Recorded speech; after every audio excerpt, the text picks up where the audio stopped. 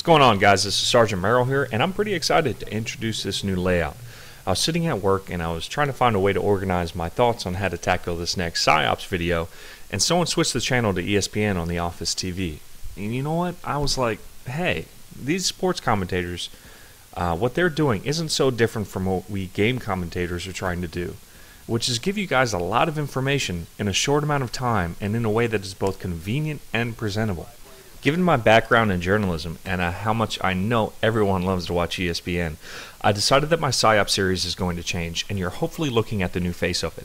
I may tweak it, and I may even change the name, guys, so based off of your feedback, I'm going to make some changes. So I encourage you to get involved and help me improve this.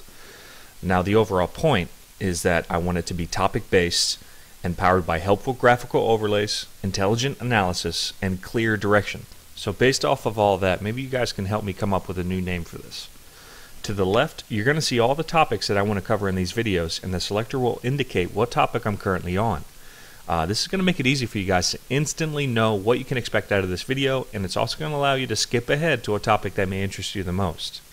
Today, we're going to be talking about the map Discovery, and we're going to be going over some information that you can put in the back of your mind when this map comes up on your playlist. First, let's talk about some common class setups that are used for this map. And did you see that little transition with my selector over there? I'm really glad that actually worked out. Took me a while. Anyway, moving on. There are some long lines of sight on this map, so expect a lot of snipers and long-range assault rifles. SMGs, they have some uses for clearing out the power positions, but for the most part, you're going to want to need some range if you want to be dynamic enough to hold down a firing lane. My recommendation for this map would be to use a G11 or an M16 if you want to focus more on range kills, or any one of the accurate automatic rifles if you want to be somewhere in between. As a secondary, I would use a launcher because it's relatively easy to shoot down any air support that the enemy gets up. Now, as far as perks, I usually roll with lightweight, sleight of hand, and either marathon or ninja. It's a large map, so that combination can allow you to be a deciding factor in important offensive and defensive movements by getting there quicker. It might also be a good idea to give up lightweight for flak jacket, because if you're playing domination like I usually do, Bravo is an absolute war zone. You can expect a very large amount of grenades to be thrown onto that bridge, and they are very effective because of the barriers on each side of the flag that stop the grenades from rolling too far away before they explode. So if you're rolling with a team, make sure a couple guys have flak jacket before you head into this map. Now, as far as spawn points and objectives, spawn points are a little wacky on this map, and they're pretty spread out on each side, so it's easy to get caught in a crossfire if you get too far into enemy territory. These are the main spawn points, and I may have missed one or two, but looking back at this video, these are the ones that I'd seen the most. So if you're one of those people who like to spend a lot of time at the enemy's flag, these are the points that you're going to need to watch out for. Now, as far as objectives, I mostly play domination, so I can tell you that these are where the flags are located, and let me tell you, this is not a map that you want to triple cap, because there is no quick and easy way to get from Alpha to Charlie. It's kind of a long hike, so focus on holding down your own flag and keeping them off Bravo. It's crucial to capture Bravo at the beginning of this game too, because once people start setting up firing lanes to the side, it becomes very difficult. There is not a lot of cover on the sides of the bridge, and it can quickly become a turkey shoot. A turkey shoot. It's funny for me.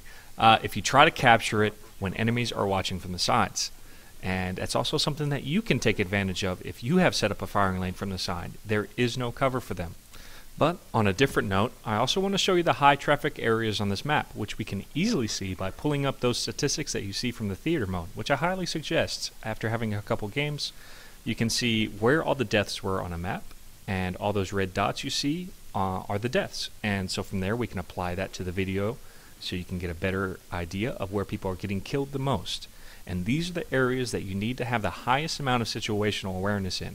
You need to watch your corners, keep yourself inside of some cover, and make sure your weapon is up and ready for a gunfight in these areas, because they are danger zones.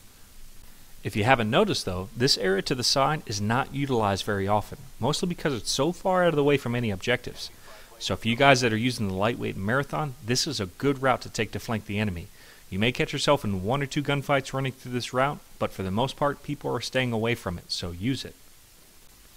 Now, on to power positions and firing lanes. As far as power positions, this building is the key to success on this map.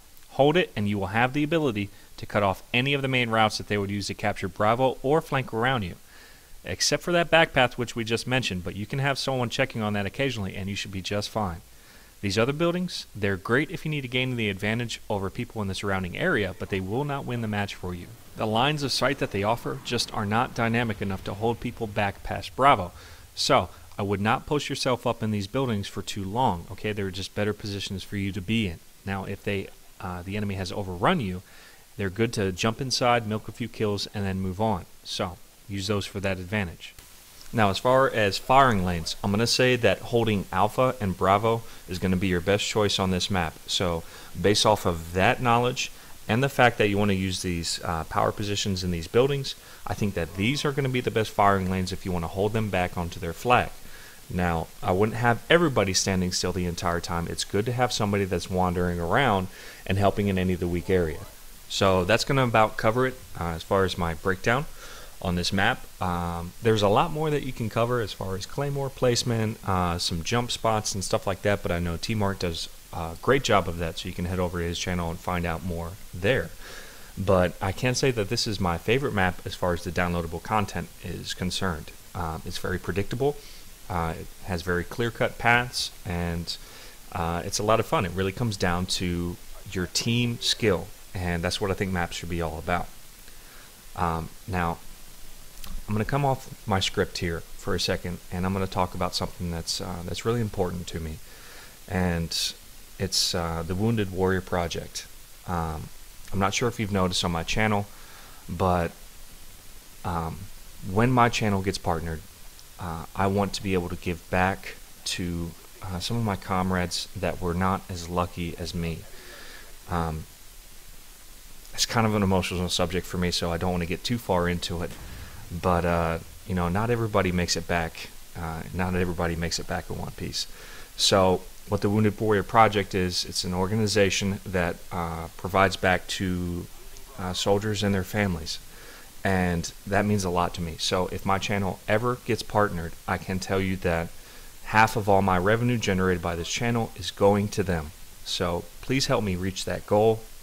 And if you cannot wait until I get partnered to start providing for this organization, I have links in my About Me section, and you can go ahead and donate there directly to them, which I highly recommend. It's a great organization, guys, and they're doing awesome things. So I'm going to leave off this video on that note, and I also want to say that I would like to have any comments and suggestions from you guys, please, because I want to move this forward in a good direction, and for that I need your help.